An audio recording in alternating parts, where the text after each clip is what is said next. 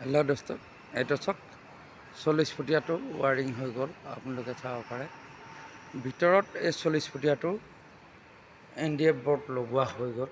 চাওক, চাইছেনে? ইমান ধুনীয়া লাগিছে। NDF বৰ্ডটো লগাই দিলে চাওক, চাইছেনে? 40 ফুটীয়াটোত NDF বৰ্ড লগোৱা হৈ গ'ল। ঠিক আছে, এই ৱাৰিঙৰ কাম হৈ গ'ল।